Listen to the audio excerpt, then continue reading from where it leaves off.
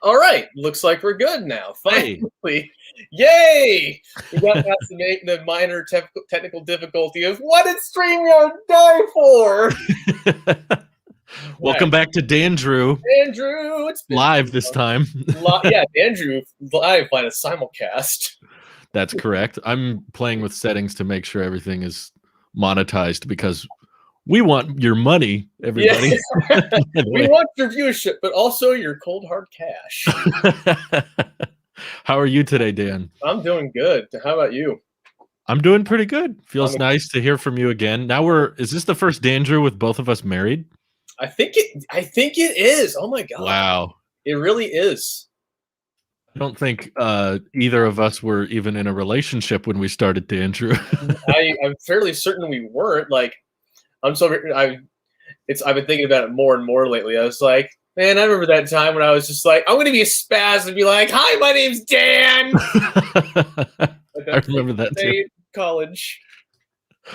Oh man. Well, I guess we have a subject remotely. Yeah, I was going to say we definitely have a subject that we've been mulling over for a good couple months now. Dang. I'm glad we waited. I know we're probably the last people to talk about this, but I have tons of thoughts that needed to brew. Yeah, it's kind of the same here, and not only that, but like because I've been stacking onto it with like because both of us were like, all right, we're gonna watch The Mandalorian. Then we realized, oh god, there's so much stuff they're throwing at us, but I love it, so I'm gonna go watch more of it. We need to watch the Clone Wars. So did you finish season 2 and then do Clone Wars? Yes. Gotcha. Yeah. And you'd never seen Clone Wars before? Like, I think I saw a bit or a piece here and there like years ago, but by the time I saw it again, it was just this earlier this year and tail end of last year, basically, because I was like, okay, I feel like I'm more into it, and I think I dismissed it as a kids show way back when, and I forgot to myself, oh wait, Avatar's the kids show too, but they still that's not fair. Death is still heavily featured. Mm-hmm. Mm-hmm. But so go ahead. I was gonna say I need more Mando, damn it. I think we all do. I was gonna say I actually went back and watched our initial review of the first season and of Rise of Skywalker, by the way. And I want to like take back a thing or two I said then about how I don't want them bringing Boba Fett back. Now I'm like, okay, no, I'm fine with it now. I'm okay with how they handled things because like this sort of goes into a greater topic I was thinking about, just of like how do you do proper fan service? Yeah, because I think that we had a weird thing going on with like the Force Awakens, right? Where all right, we got a lot of new Star Wars fans who are young, maybe some are old, but we're gonna try our best to make things easy for them. We're going to go with an established thing and basically do a reshoot of A New Hope, but The New Hope, The New Hope remastered. Yeah, pretty much, except the CGI added aliens are cool looking this time. Yeah, they looked good, but yeah, you're right. It was a soft reboot. It was a very soft reboot, and so I was thinking about that because as like freaking Mandalorian season 2, awesome, I like it. Me too. It's definitely just more of he's doing fetch quests. I'm like, that's fair. It feels like a journey. I'm okay with that. But all the stuff that's happening this season, I'm like, oh, there is a lot of fan service going on. It's all good. Like they cranked it up a lot. They really did. Like that first episode when, he's like, there's a Mandalorian on Tatooine, I hear. And then they go and initially I thought to myself, that looks like Boba's armor, but that doesn't look like Boba. You find out Boba didn't look very good. No, you find out that it's Timothy Oliphant, what's his name in the show? Cobb Vanth. I was like, I just know him as the guy who dated Pam for a while. Oh, I forgot about that. But no, I thought it was cool because initially I just thought to myself, okay, I guess Boba's dead and his armor got taken by Jawas and this guy bought it. Right. That's cool. I'm okay with that. I wasn't expecting end of the episode Lakota just being, I don't know how to say his name, Temeria Morrison? Yeah, I don't know either. You're probably pretty close. Boba. I didn't expect him to be looking all determined like. That was a fantastic reveal, though, because it's finally giving. So good. It's finally giving Boba more of a face instead of just, a persona or whatever. Right. I like to do that at the exact same time. I feel like Mando is taking all of the persona from just the mask thing. If we had two characters doing that, it might get repetitive or overbearing, especially if we're having a conversation and everybody's kind of like the thumbnail of the stream. Everybody's wearing a mask, no one can hear each other. it would kind of make me think of like Red versus Blue. Everyone's got the same Halo mask, and just have their heads up and down to talk. You're right. Yeah, but, I think they served Boba appropriately for. Yes, he's not the main character. No, but he's there. He has an active role in the plot, but it feels like he actually has like some kind of personality now. Because I think the main draw up until this point for most people was just like, who's Boba Fett? Oh, he's a bounty hunter who works for Darth Vader. Whoa. And that's cool and all, but it's not, you can't build something off of that, because it's like, who's this Boba guy? I mean, he's got a ship called Slave One. That sounds aggressive. Wow. But then then he comes back for Mandalorian after being tossed in the Sarlacc pit, and you're like, oh, so this is what he's all about. Cool. You find out that he's actually like, I will pay this debt to you, sir, and help you find this child. He's got morals, He's got a moral compass. Yeah. He's not just, he's definitely, like you said, a simple man trying to make his way in the universe. But he actually has something going on, and I thought that was really good how they implemented it. That was wise too, because I always thought Boba was looked at as just the bad guy who's always working for the best payer. But then in Mando season 2, they finally introduced Mandalorian himself isn't really that different. He's like a guy making his way, and that's another thing season 2 has been really good at, is establishing that there's good and bad on both sides. Yeah, which is seriously refreshing, because especially since we just finished the Clone Wars, but it seems like so far the Mandalorian, Din Djarin, he might be the only good bounty hunter I can really think of off the top of my head in the Star Wars universe. It's always like, I don't know if George Lucas had some kind of issue with bounty hunting, like he just had a negative perception of it, or like implicitly negative perception, but it seems like a lot of the bounty hunters are just awful people. Like, you never see them helping out the rebel, or not the rebels, the Republic. Yeah. You always see them helping out the separatists, and you're like, what's going on here? So seeing that Boba is not just a trash person, he's literally just like, I'm just trying to make some money here, guys. It's relatable to an extent. Owen's asking, did you watch Clone Wars in chronological order or release order? Oh. Did you watch the movie? We watched the movie last because I didn't realize what was going on, but we watched them in release order. So there was definitely some confusion, but maybe more on that later. But I don't know. Like, what was your favorite part out of this whole season for Mandalorian? Because ooh, that's a good question. I know, like seismic charge going on. Bang! That was fantastic. No, I think it must have been. I think it probably gets glossed over, but the fight with the Darksaber at the very end, when he's using the Beskar, like that was really cool. I always thought Star Wars would be way more interesting if there was, a lightsaber-proof material that was rare and hard to come by. And this is sure enough, the Mandalorian's like, hi. Yeah, here we are. We got Beskar, and I feel like because of the very end of the show, that scene is just glossed over. People don't really think much about it. But something else going on. It's like, oh wow, hey, what's going on here? You're like, yeah, it's here.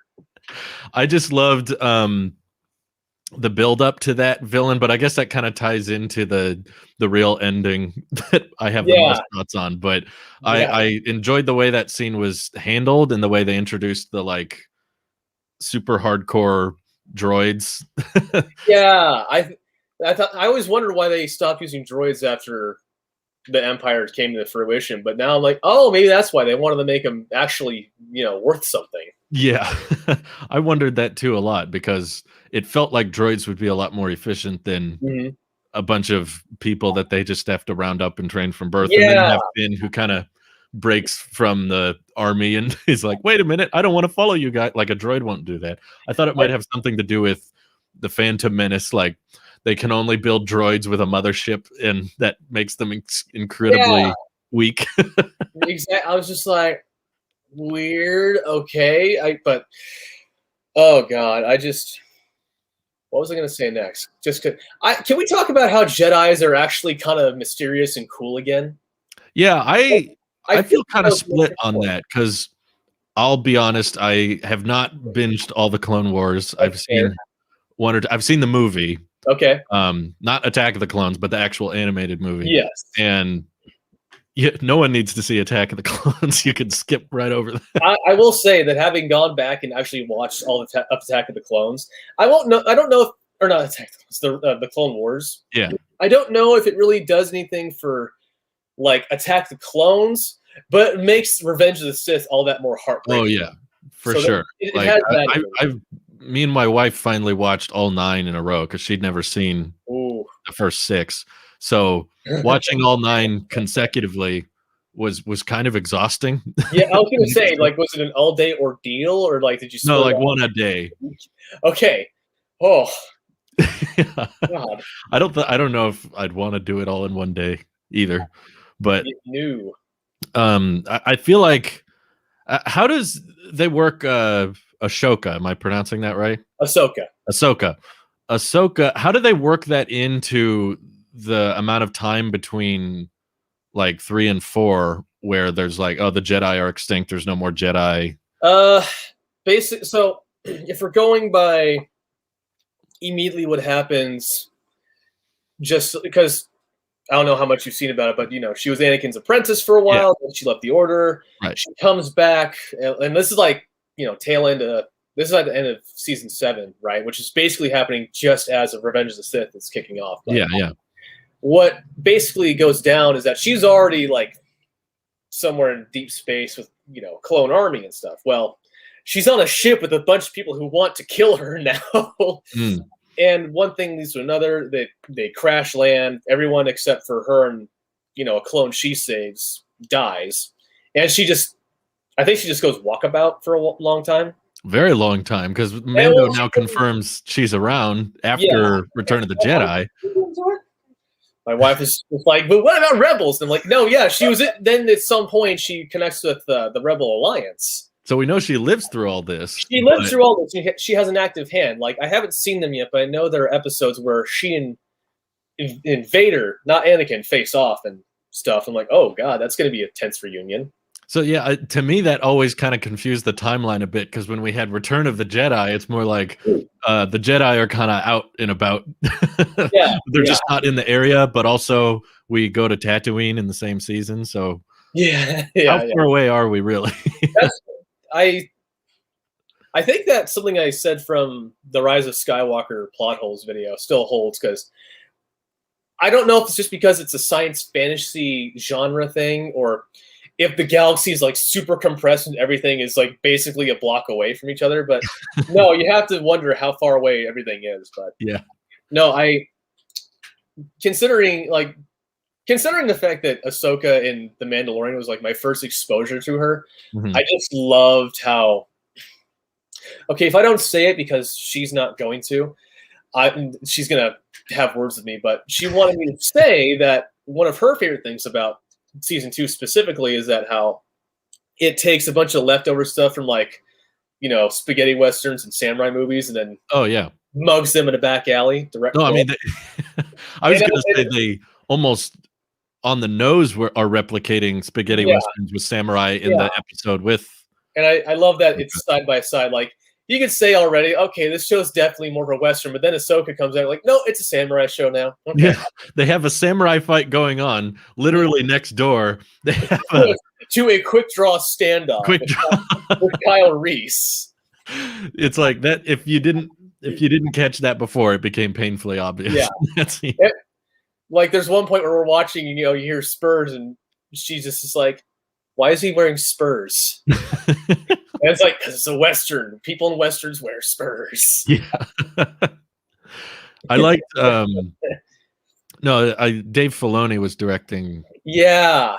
I like that the first thing, because I was like, what else has he done? But just on the tropes page, it shows him with a cowboy hat. I'm like, oh, it makes more sense now.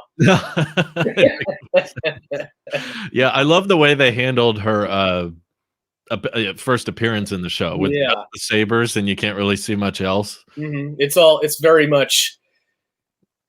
I don't know how to explain it. Just I like that Jedi are few and far between, and like because that was one of the things that always bugged me about the prequels and the Clone Wars to an extent is that there are so many Jedi that it feels like it takes away the punch of it. And you think, and then you go into philosophical, like, aren't the Jedi imbalancing the Force because there's like a million of them, but only 2 Sith, and you're like, yeah, that's kind of weird. Yeah. But then you get to post Purge or whatever you want to say, the Jedi are in few numbers, and you're like, oh wow, coming across one's actually kind of a rarity. Like I think J.J. Abrams even said that when he was doing, The Force Awakens, that what he was trying to go for is that like. Luke Skywalker is sort of like a King Arthur figure, just so mysterious, and I like that they kind of came back to that, and especially since we got Luke doing his thing, and I'm like, oh, they actually made me enjoy Luke for once because I never really. Maybe this is just the hot take for me because I'm over here like, I'm older and it's not so much nostalgia, but I'm like, the movies are fine. Now that I've seen everything in one shot, I'm like, okay, there's definitely a lesser trilogy, but it's not the prequels. I would say. But I like how I like the memes about it too. Like, when it's only one X-wing, when it's only one X-wing, one X-wing destroys how many things? Just like a couple dozen of these scary freaking Terminator droids that lasers just bounce off of. I genuinely felt like Luke was cooler in Mando than any scene in the new trilogy, 7, really 8, or 9. He really was. Because the only time Luke Skywalker wields a lightsaber in the whole sequel trilogy is when he's trying to kill his nephew. Which when he catches the one that Rey's trying to burn to death, basically. He's like, how dare you? Right. I and then about the Uncanny Valley vibes, but I guess you can only go so far, and he's only on screen for like 4 minutes, so I'm kind of okay with that. Yeah, it kind of threw me off. It broke the subversion, I would say. Okay. As soon as the cloak was open, I was like, ooh, that's not Mark Hamill. Or maybe he had too much work done. Yeah. And my brain instantly goes, oh boy, there's going to be like 80 deepfake videos about this now. Yeah, I already saw one. I was like, oh, there it is. I must say, like, I think it's harder than a lot of YouTube channels make it out to be, because I've watched a few deepfake videos now, and they all kind of struggle with the same problem. Really? Yeah, I've yet to see one, and I've watched a lot, and I've yet to see one that I'm just like, wow, that looks like it's really him. It's always like, it's always a bit off, and all these YouTube channels are building it off of like pre-existed. They're pasting something on footage that already exists. Disney doesn't have that. They're having to make up this whole thing from the ground up. Yeah. And I don't know if they talked about it, but I was actually fairly impressed, not so much by the face, but more by the voice. Yeah, that's true. Like I was gonna say, that might be a harder thing to accomplish considering the like 40 years of age difference. And I don't think Mark Hamill knew this was happening based on his tweets. He's just like, hey, wait a minute. That's me. Hey. Yeah, I will say it was a superior use of the technology, like in was it Rise of Skywalker? Or yeah, it was, wasn't it? When it shows him, him and Leia fighting, but it's all dark. You can't really make out all the flaws and be like, oh, that's messed up. That's not right. I thought the Rise of Skywalker did a great job using that tech. They were very brief with it, very quick. And this is a bit more in the Rogue One direction, where it's like, ooh, you're a little too brave. So they start pulling the camera in really close. Please stop showing Tarkin. It's not cool anymore. I remember thinking, like, if only there was some way you could have end-to-end communication with distortion in Star Wars. If only they could be talking to Tarkin on the other side with some kind of fuzzy. Oh wait, that's a thing. Yeah, then you're like, if only they could do this, does that. Go back. Go back, go back. But I'm curious how you feel about Luke showing up besides the CG or the voice and whatnot, because for me as a fan, I was amazed and I was glued to the screen. But as a big, I think we talked about it in our season 1 review. One of our concerns with Mandalorian is that it's getting too dependent on callbacks. I think I was wondering that too, because like it's not like it's just Luke and Boba Fett in Ahsoka, because it's them. Like I think I don't know if I would call Cobb Vanth a callback or a reference, because it's not like a lot of people know about so many of the novels. So maybe it's just a way of introducing him to people who might not be aware. So there's that. But yeah, you know, calling back to Boba, calling back to Ahsoka, Bo-Katan, and definitely Luke Skywalker. I think if they use it sparingly, it can be all right, because I genuinely don't know that they're going to want to. I would hope they wouldn't want to keep pushing their luck with people being like, I'm getting kind of sick of seeing Luke Skywalker just come in and save the day. Please stop. Luke Ex Machina. yeah, Luke Ex Machina, basically. Yeah. But I still liked it, just because like I was genuinely over here, like, as I'm thinking about it, the two coolest moments I can think of for Luke right now is that bit right there, and like in Return of the Jedi when he's fighting Darth Vader and cuts off his hand. Yeah. And then he has a moment where he's like, oh, I gotta, looks at his own mechanical hands, like, I gotta not be like my dad. That's my favorite scene in the whole movie. That was the best scene. I think that was the greatest scene that Luke has ever had. That's like redeems the Ewoks almost. It kind of does. Also, the music in that scene is perfect. Yes. John Williams is a master of emotion. I was gonna say, he was like, I don't like John Williams. This just needs to go away. Yeah. I love that scene that he was in, because it's the first time Luke actually gets to do something. Yeah. It's like he never really got a chance to shine very much in the original trilogy. Yeah. In Empire Strikes Back, he loses. Like we always hear. Like I was watching one video that was trying to compare both Rey to Luke Skywalker in terms of like how they were portrayed, but I felt like the video was kind of unfair because he had a heavy bias toward Luke Skywalker, and it's understandable. He's a pop culture icon, and that people know about him. Like some kid in the middle of Africa could see a picture of Mark Hamill and be like, Luke Skywalker, probably. And he's saying how like, oh, all of the things that we see about Rey are informed, and everything that we see about Luke is demonstrated. I'm like, he talks about how he can hit a womp rat like 10 minutes before he destroys the Death Star. Don't think that's good writing or anything like that. It's not a demonstration of skill. It's just it was George Lucas being like, oh, great.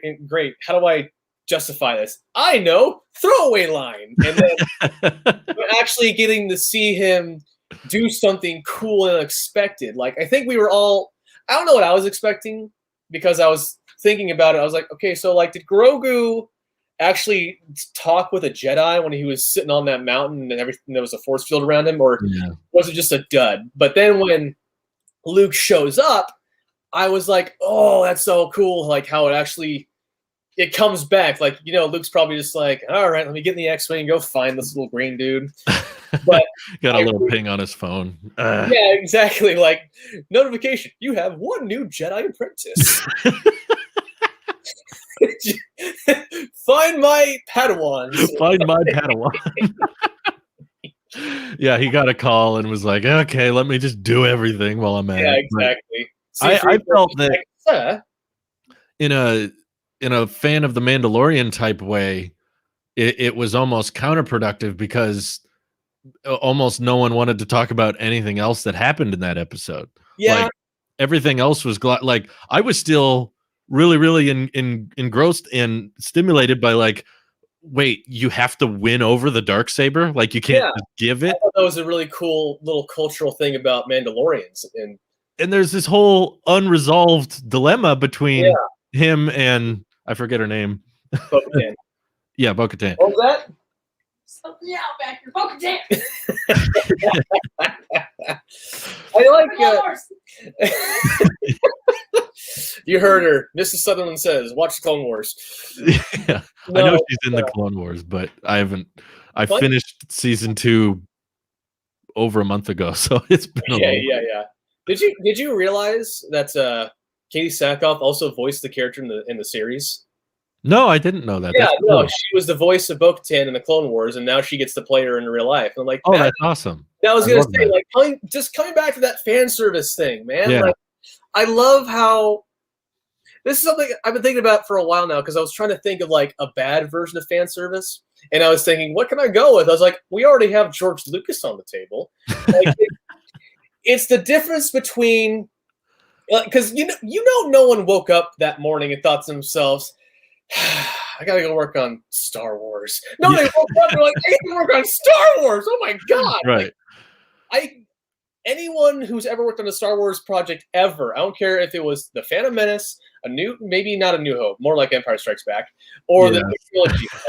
Like, they have always you can feel it, even if it's not always the best. They've always been like, I get to work on Star Wars versus like, I don't know, Indiana Jones and The Kingdom of the Crystal Skull, where not even Spielberg wanted to deal with this freaking movie. and the show, it doesn't have to go through all this trouble. Like, it didn't have to bring back Boba Fett or anything like that, but it brought him back in a way that made him his own character. It was fun.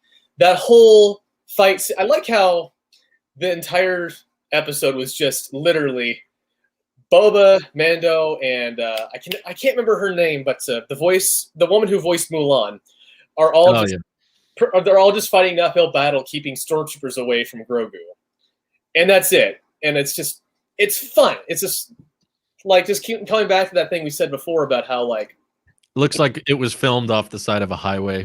Yeah, I mean that episode was done by Robert Rodriguez, so it very well probably was.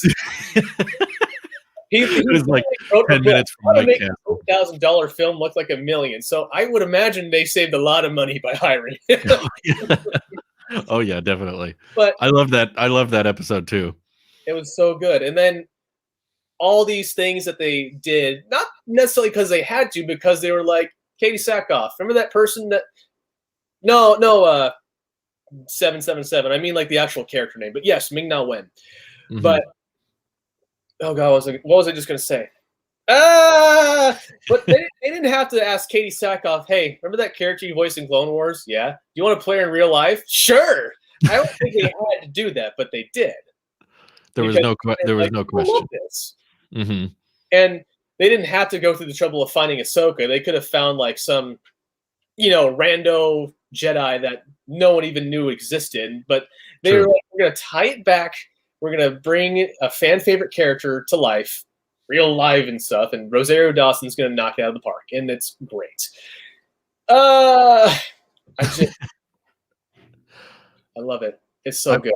I feel like they've ended it in kind of a weird way, though, because Boba Fett's getting his own show, so I'm happy about that.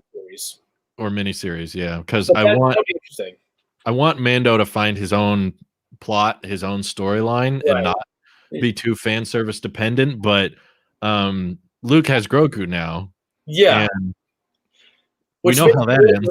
Yeah, which makes you wonder. I'm like, so what's gonna happen? Like, I would love it. I would love to see if like Dave Filoni just talks behind the closed doors of like somebody at Disney, like, okay, here's the thing. I've given you a backdoor to completely disregard the sequel trilogy. You can take it if you want, but I understand if you won't. Because I have to wonder, I'm like, so like when Luke was over here contemplating killing his own nephew, where exactly was Grogu in all this? Well, didn't they say that like Ben killed basically all the other Jedi? I think so. Except for the Knights of Ren, who broke off or whatever. Who were just completely irrelevant, yeah. And we never really got a backstory on them either. Yeah, seriously. The Knights of Ren, who? I wouldn't mind if Grogu became one of the Knights of Ren. Just one tiny one with a red lightsaber. Becomes evil Yoda. I could just see little Grogu walking around like with the old black ensemble and the goofy helmet. He's got spikes like he's a Judas Priest album cover. He grows Darth Maul horns. Oh God. Oh, that's wonderful. I don't know. Just do you think Mandalorian can keep going as a show without Grogu? I think you have it over there. She says yes. I think they can. I wonder, like, because that was a huge hook for a lot of people. We're just like, Baby Yoda, and that was like the first episode. That was, excuse me. That was like where so much of the comic relief came in, just because you're like, it's just like, don't touch that. And then you're like, so much character growth happened between. Oh, there's my ankle. Ow. Uh-oh. There's all of a sudden, dink. Ah! But no, like, I think they'll find a way of continuing it on its own. But I think what we're going to see, especially with this whole Darksaber plot they just tossed at us, is we're going to see a lot more of, like, I feel we're going to see more of what made the Mandalorians want to fight each other. Because I keep wanting to say Django. We keep seeing Boba talk about like how Django fought in the Mandalorian Civil War. There was already some skirmishes and a struggle going on at like once the Clone Wars was finishing up. And I don't know. I'm just really interested in seeing how they keep it going because, like, I don't know. Like, that was, like we said, that's a big draw for a lot of the people who are watching this. It's like, oh, we have this gunslinger, but he has a cute little Yoda thing. Well, it gave him something to work off of as a character because you can only do him by himself, not saying anything for so long. But the kid gave him something to like put that down, or you know, he has soft side, but like it was like a moral compass almost. Like, like he wasn't an amoral guy or anything, but it helped him guide his decisions better. And I wonder if they're going to try and do the same thing with him being essentially the king of Mandalore. They'll need something else. Maybe they'll get another cute baby of some other species. They just get a foundling and a little tiny helmet. Yeah. I loved the line, by the way, when Boba and Mando are in the cantina or the bar or whatever, and she's like, I've heard your voice many times. Yeah. He's like, she's been fighting these clones all her life. And then there's another one. And he's like, oh my God, seriously? Yeah, seriously. I liked that was a great touch. Oh, what was it? I like that he was able to clean up his armor. Yeah, they didn't take long to fix that. I wasn't expecting that. I was like, oh, dang, he looks clean. Good for him. Yeah, he went to the paint shop real quick. He just buffed it out, and he's got a sander on the slave one. I'm kind of sad that they didn't show how he got it cleaned. I kind of want to know what was the steps taken. Oh God, Mandalorian arts and crafts. Do you want to come? That's a sideshow. It's a new one. Do you want to come over and say some things? No. Yes, get over here. There's a chair. Mrs. Sutherland. Get over here. Because I know she has some thoughts she wanted to get out, but she's going to be polite and not try to intrude on guy time. It's Dandrew time. What? I can't have my wife come and join for a minute? Yes. Dandrew Acklin. There we go. Now she's on the internet. Hey, there she is. Look at my wife. Hey. But this will be good for you because I was just thinking about it. But can we talk for a minute how the female characters are actual people? They're people, yeah. With depth. Oh my gosh, when they're all in the elevator and they're just like, doo-doo-doo, gonna go kick some ass. I was like, yes, It can be done correctly, yes. It can be done correctly. Well, like, everyone's all like, oh, Rey is such a strong character. I'm like, I don't know anything about her. And already you like ripped my heart out with Cara because it's like, oh, where was she from? Alderaan. Oh. Oh. Oh, wow. True. See, they built upon what was already established and yet made it interesting. Yes.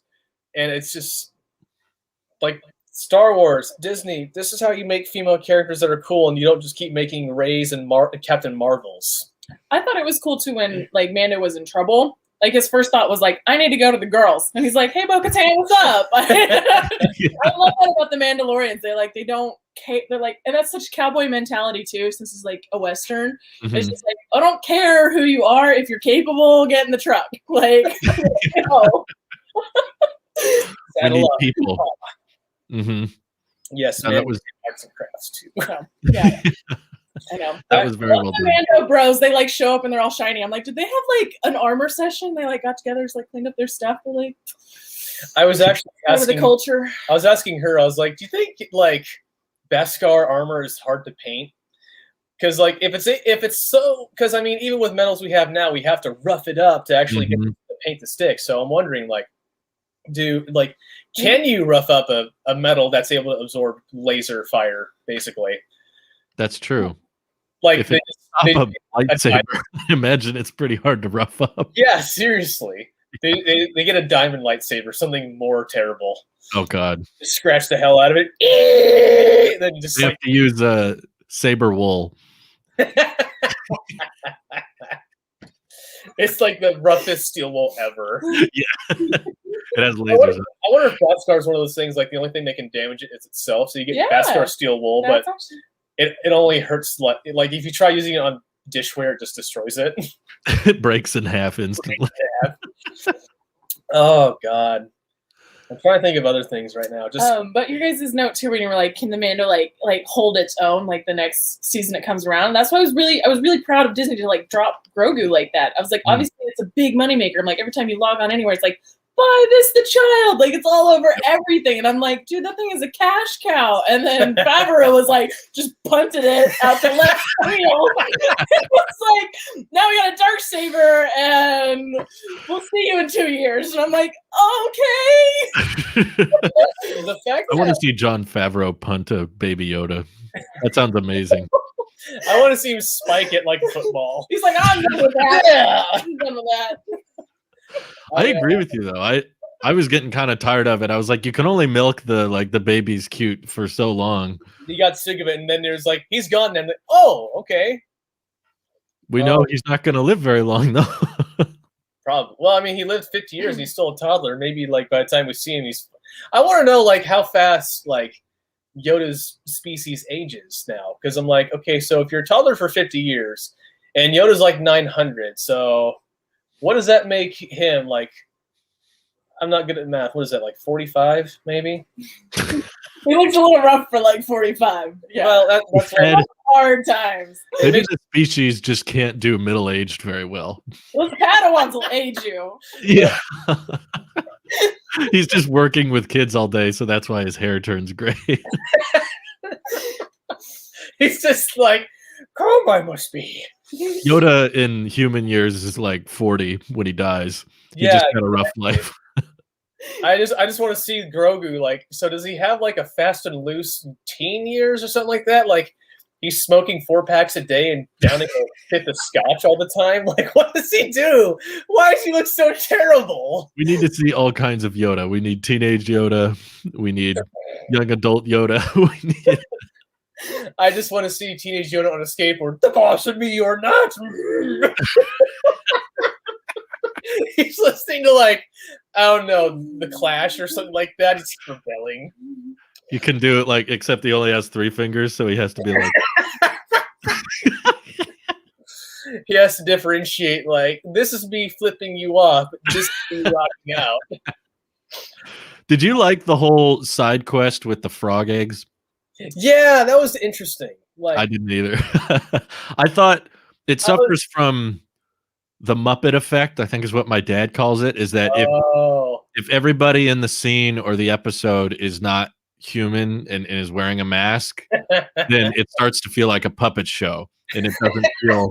That's it. I couldn't like put a name on it. I was like, okay, we're side questing pretty hard right now. I thought it was interesting, but like, I was like, okay. I don't know if that we needed this. I did like the spiders. That was terrifying. That was great. I was like, we see It was like so much more like the Star Wars universe. Like we just like it seems like we just like hop and bop between places, and it's just humans. I'm like we don't just like see the wild. I'm like here he is in like space Antarctica, like fighting giant spiders. I'm like there's no way he's gonna live. I was actually like worried for him. Yeah.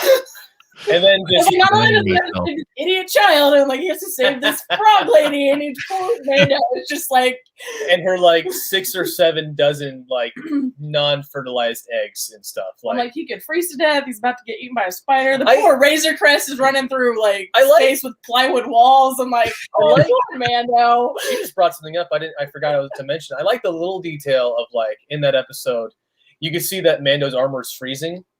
And I was like, that's a good attention to detail, just because I was like, I guess I wasn't thinking it needed to happen. I could just be like, oh, it's freaking cold. Mm-hmm. But no, then I see that, I was like, oh, no, it's freaking cold. Yeah. I love the way they turned X-Wing pilots into cops. Yes. They're like, you don't have a correct Republic signature. And he's like, all right, I'll get it looked at. Yeah. Okay, we'll wait. Like that little dialogue where they're like awkwardly trying to get out of the situation. That was so well done. I just love how not even cops, but they were kind of cowboy cops too. Like there, because they were just straight up like a lot of people don't have proper identification or whatever the hell he said. But these are trying times, and just like we're just gonna look the other way, guys. And they save him at the very end. Yeah, like he's about to die, and then they're like, "Oh, we'll help you out, but not too much." Just a little bit. I do like. I'm not gonna like the fact, like how they. I'm probably not gonna enjoy how they connect it to the new trilogy or anything like that. But I do like seeing, because I felt like going from the Return of the Jedi to the Force Awakens, it was just such a weird thing because I was like, okay, so 30 years have passed, but nothing's changed. How? Like at least with the prequels. It felt like there was actually something going on because the Republic is the dominating force, and then there are planets who are like, we actually don't want to be part of the Republic. Mm-hmm. And I'm like, okay, I'm all right with that. But then you get from Death Star number 2 exploding to The Force Awakens, and you're like, what do you mean the Empire came back? I get it. It's a thing that happens historically, and I'm not going to say with what factions because the setup for the sequel trilogy is pretty weak. Yeah, exactly. I thought like aesthetically everything was kind of cool, but I was like weak. Yeah, the buildup of like, well, all that work Luke and Han and Leia put in, that was great and all, but none of it actually worked out, and you just needed to wait for Palpatine's granddaughter to fix everything. I think it would have worked better if like what we're seeing here, because what I like about the Mandalorian when it comes to the Empire is that everyone's scattered, everyone's a fugitive, but they're still like coming together and like trying to reestablish a foothold in the galaxy. And I was like, that's cool. That's something that I can enjoy. And I especially like how it kind of talks about, it shows like not every stormtrooper was down with this. Like Bill Burr's character was straight up trying to reprimand his commander and be like, 10,000 people died. And his commander's just like, all glorious martyrs for the Empire. And then Bill Burr's like, okay, dead. Right. Yeah. That was really cool, and I like how they're actually kind of showing that. But I like how it does it better here than the sequel trilogy. But I'm still kind of worried. I'm like, how are you going to tie this to the sequel trilogy and make me hate it? I always get kind of sick with like how much Empire is still left. They're just like, we destroyed and crippled the Empire, and everybody's celebrating on Endor, and then you find out, oh god, Mandalorian is still like, well, there's a bunch of them left, and there's actually really dangerous guys still here. There's guys like, we're just going to gloss over that and move on. First Order, whatever. Well, I was thinking, like, you brought up that thing about Bill Burr and his character, and how I was watching, somebody else was talking about this too, how, like, Favreau does this thing where he, like, makes characters unlikable on purpose so he can make them grow. And I'm like, I kind of like that, because I'm like, he, like, we meet that stormtrooper and we kind of hate him. He's kind of a jerk. By the end, we're like, oh, you're cool. And I think like, and he does that with the Mandalorian too. Like he's not this like perfect warrior. Like we obviously see him kick butt. I mean like that, like you were saying, like the last scene where he's with the spear and it kind of gets glossed over by the whole X-Wing thing. But it's like, it wasn't. I was like on the edge of the seat. I was like, holy crap. Yeah. But like we see the Mandalorian fail all the time. Oh yeah, especially his ship. He's like, they're like, learn how to ride this thing, and he's like, I can't do it. Like, this is so stupid, and he like gets thrown on his butt a million times, and then finally he's. I like how, and then he just like he continues to just grow because you're like, he just sucks it up, and he's like, especially when he's getting attacked by the death droid or whatever. Yes, and you can tell like when he's getting punched. This helmet is keeping my skull from imploding. Yeah, I like how he manages to only kill one and send the others into space, but they still just like whoosh, they're like, I don't come back. He's like, oh, he's fine now. Then like multiple signals. God damn it. Yeah, I like when the main character has like a struggle to overcome, especially when all those droids are coming back, which is why the Luke coming back part to me was like, it's amazing and it's cool, but at the same time, I'm like, Luke is saving the day and just solving every problem, and that leaves our characters to just be like, gee, thanks, Luke. Thanks, Mark. Please help us again sometime. I'm just trying. I'm sat here trying to think of things I didn't like, and like maybe like the basically courier episode with the lizard person. I was like, okay, yeah, I don't know if I would like that one that much. Like if.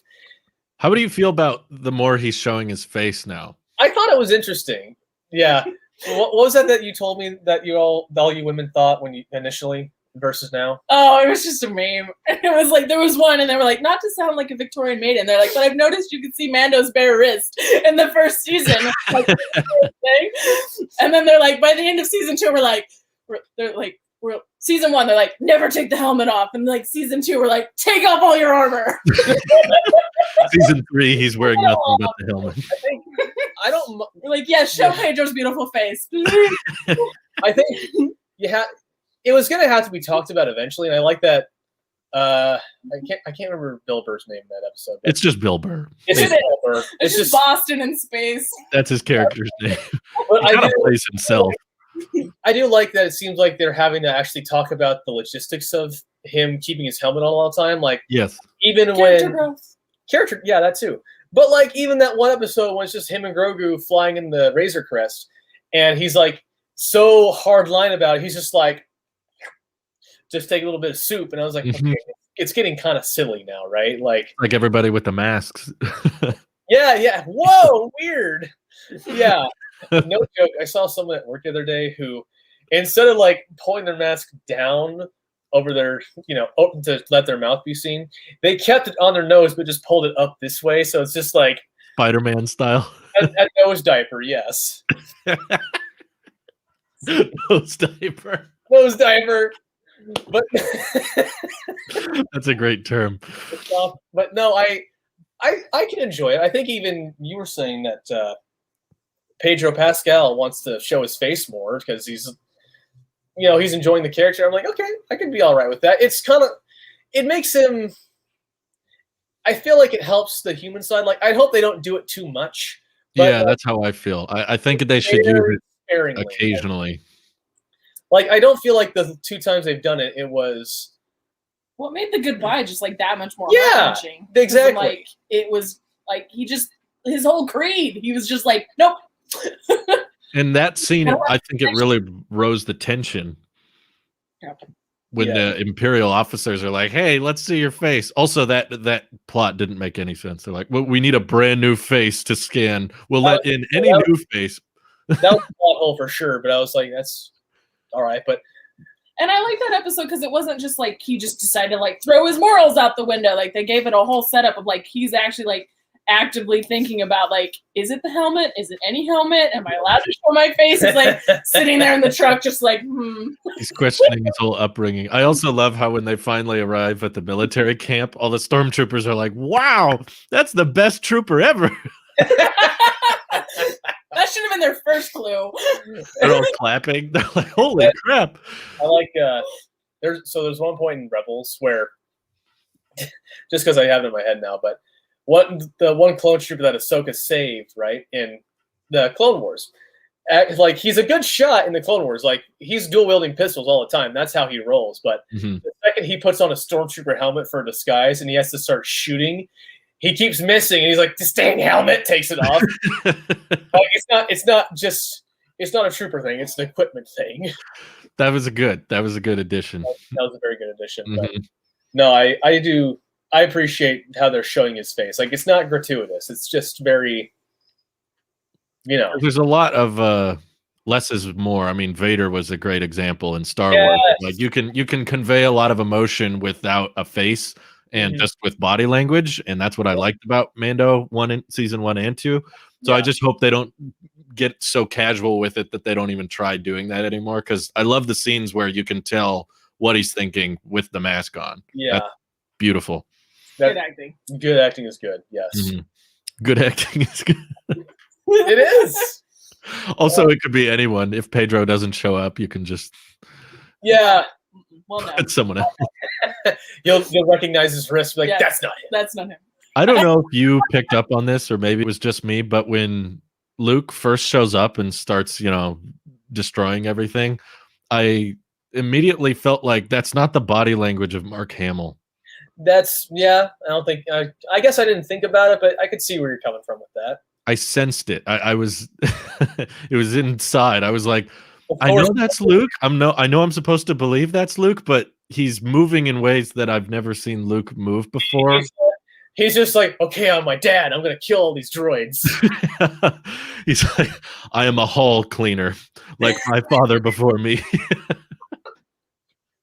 Did you see the video someone did where they cut Luke Skywalker killing all the droids to "I Need a Hero"? Yeah, yes. I saw that one, and the one where they lined it up with Vader in Rogue One. Yes. Which is like, oh, like father, like son. Oh man, it was beautiful, but it was really well done. I don't know how many of those scenes we can have. Yeah. Oh, I'm trying to think what else, like something bad, so it's not just nonstop praise. On our nonstop praise trend, I'll mention that I never laughed so hard when they teamed up with the Sand People and they were trying to attract the worm to come out or whatever, and he just starts running like it's like this super wide shot, like you couldn't be further away from the sand person, and yet he's running right at the camera like full sprint. I just started dying of laughter, like, oh, this is so mean. That was awesome. They were like, you go out there, you bring him in. I like that he's the one that gets eaten, and they're like, sucks to be that guy. I was hoping there was one scene of them like drawing straws or something. It really does make, like, all I can think is this makes me want to see if I can find some of the Mandalorian books and be like, are any of you like canon anymore? But especially considering the whole, like, the Mandalorian and Jedi were enemies once. But a friend of mine was telling me how, because Mandalorians are true cowboys. When laser weapons are being used and Jedi are around, they're using guns. Right. And it's apparently lightsabers aren't great at deflecting bullets. So like lead spatter. I'm like, man, the Mandalorians are not messing around. I think I was a little disappointed there wasn't more Mandalorian history. I wanted to, like, it's about the Mandalorian, which was like, I was like, okay, we're gonna learn more about Mandalore. And I was like, basically what we got is like Bo-Katan's on the run. Like at the end of Princess in Exile. At the end of Clone Wars, we know, I was like, Darth Maul basically came and messed up the whole planet. Oh yeah, that came back. It was like burning down, and their government was like thrown over. Obviously, the Darksaber's like somewhere else. And that's all we get. And I'm like, are they part of the Empire? Are they probably taken over? I'm like, is there any people left? They said it was like ravaged in the war, and I'm like, it got probably. I was like, did the Empire has a bunch of the base guard? That's how they bartered with Mando first season anyway. So I'm like, I was expecting more. Like that's where I was like, I don't know. I'm like, when are we going to Mandalore? Like, yeah, I agree. It felt like it was more about introducing or referencing a lot of Clone Wars stuff and not so much building on. I wonder if they'll fix that next season. Like they'll have to reference more, but they'll have to like eventually start establishing. Okay, here's what's going on. Another thing I just remembered, but I can't remember what his name was in the Clone Wars, but he was a Mandalorian. And can you guess who played him? It was the leader. He has to guess. What was the leader of the Death? Yeah, leader of Death Watch. Yeah.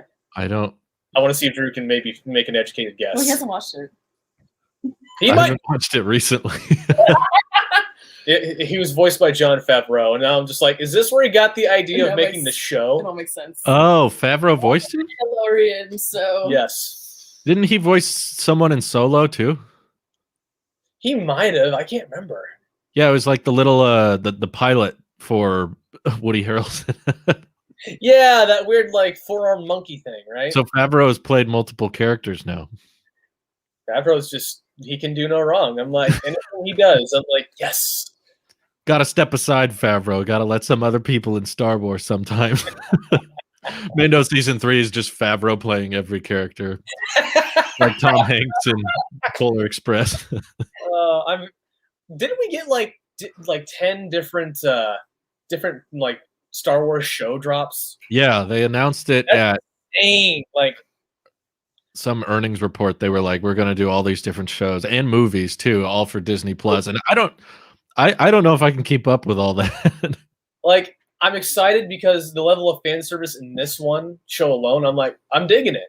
But I'm still terrified because I'm like, oh God, that's a lot you think can go wrong right there. But because like having watched the prequels again, I can honestly say to myself, you know what? If you look at all of Hayden Christensen's acting as just someone who's still ridiculously awkward, it kind of works. Yeah. But I watched him in a movie the other night, Little Italy. Yeah. Have you seen that one? I don't think I have, but I think it's like it's not very good, but it's like a classic love story. But Hayden Christensen's like the lead role, and I was like, okay, that's kind of how he acts in most circumstances. Yeah. It almost makes you appreciate the prequels more. Yeah, you're like, that's just what he's like. Gotcha. And after watching 7, 8, 9, you'll look at the prequels very differently. I think you're like, yeah, I can't remember who it was. Maybe it was someone from Red Letter Media, but saying we all owe George Lucas an apology. Maybe somebody else, but probably wasn't Red Letter Media. No, I the first thing came to mind. I was like, maybe they'd say it, but I doubt they would. I will never say they're great, but you appreciate them in a different light. You can tell, I think, what George was going for once you see what happens when Disney takes over. You're like, oh, like with extra context, it actually is passable. And we got a lot of memes out of it. Much more memes. A lot of memes and YouTube poops. Yes. I also, no disrespect to John Williams, but I'm much more impressed with the music we got from the prequels from the sequel trilogy. I heard to do just now. I think I scratched my throat. There's so many memorable songs from the prequels, and there's like 2 memorable themes from the sequel trilogy. Think about it. It's like Rey's theme and Kylo Ren's theme. I'm too busy over here thinking about the lightsaber fight between Qui-Gon, Obi-Wan, and Maul. Duel of the Fates. Yeah, Duel of the Fates. Thank you. And then we had Battle of the Heroes, and we had the droid. The droid march is an underrated part of the soundtrack. People don't recognize it as much as Imperial March, but there's still like a lot of iconic Battle of the Heroes, that type of music that applies throughout, and they use it in all the marketing material, but then they never put it in any of the movies in 7, 8, 9. Something I want to talk about real fast, and then we'll just give our closing thoughts. Okay. Like you and I talked about this before, like a week ago, before we got all this sort of the way to get going, but I can't stop thinking about the prospect of this show being animated in the same style of the Clone Wars, or the Clone Wars suddenly being live action. I don't know if that it hurts my brain. It makes a lot of things a lot more hilarious and also more terrifying. Like, I think back to Revenge of the Sith when those 2 battle droids pick up R2-D2, then he just sets them on fire. And then I think about points where the droids in the Clone Wars are definitely acting like cartoon characters, and it works. But if they weren't cartoon characters, I don't know if it'd be more hilarious or just kind of like low or whatever.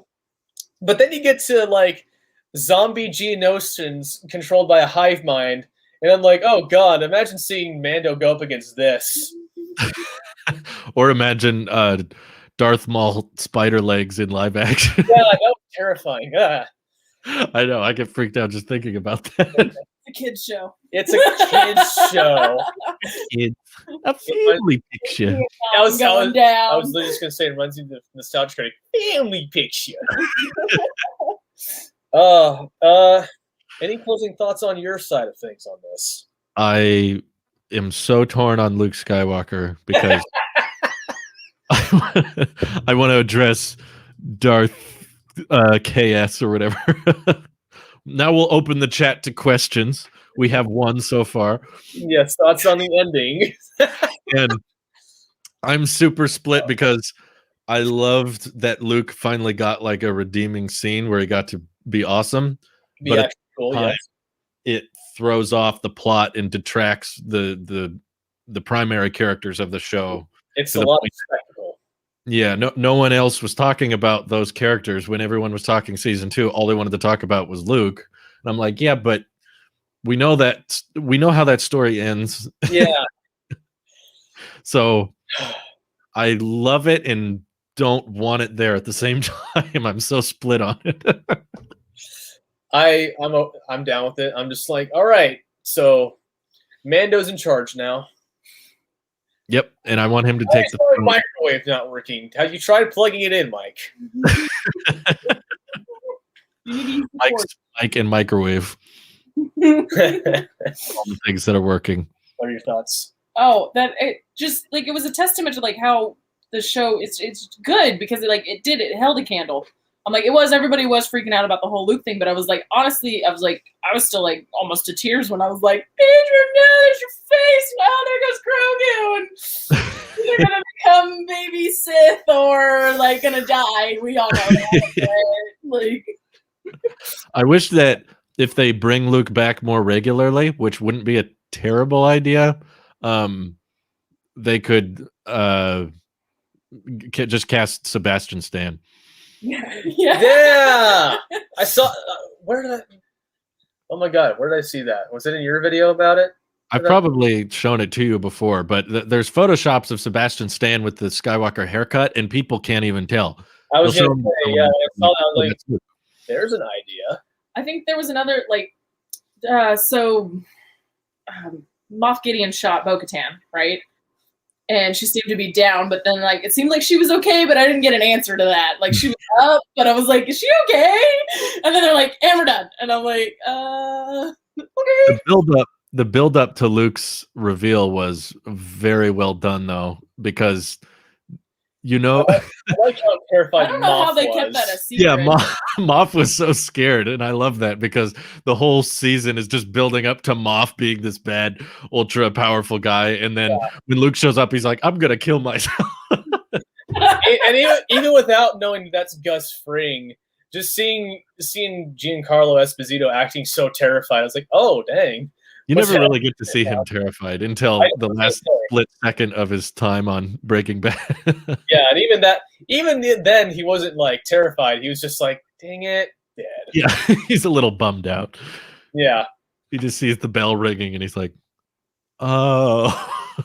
Yeah, good stuff. Like Jim on The Office when the puck comes. Oh. Are you going to watch every Star Wars show you can, or are there any of the ones they announced that you're like... I think we have to now. Oh, gee. I can't. We're committed. Like, I won't commit. The prequels, like that's what level of commitment we're at. Yeah.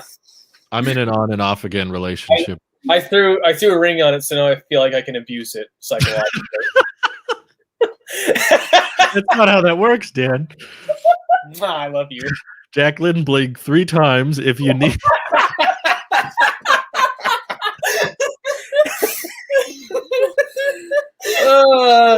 I don't abuse my wife. I love her dearly. I just brought her flowers last week. Please don't call the police. You forced me to watch prequels. It's fine. We're gonna have to watch the trilogy again too. So On that note, Yes. On that note, I think that's we've been talking for about an hour. I think that's a sufficient amount of thoughts. Well said. I think I got everything on my mind out. Yeah. Thanks for letting me crash on the Manda Bros here. Thank you for joining. Yes. She was like, I'm not gonna say anything over in the corner. Arts and crafts. We need to hear all the thoughts. We need them all. Yes. But all right, guys. Hope you all enjoyed watching. We need to do another one of these on something soon because things are so lacking. So I'm Dan. And I'm Drew. And we're gonna see you guys later. Have a good day. Take care.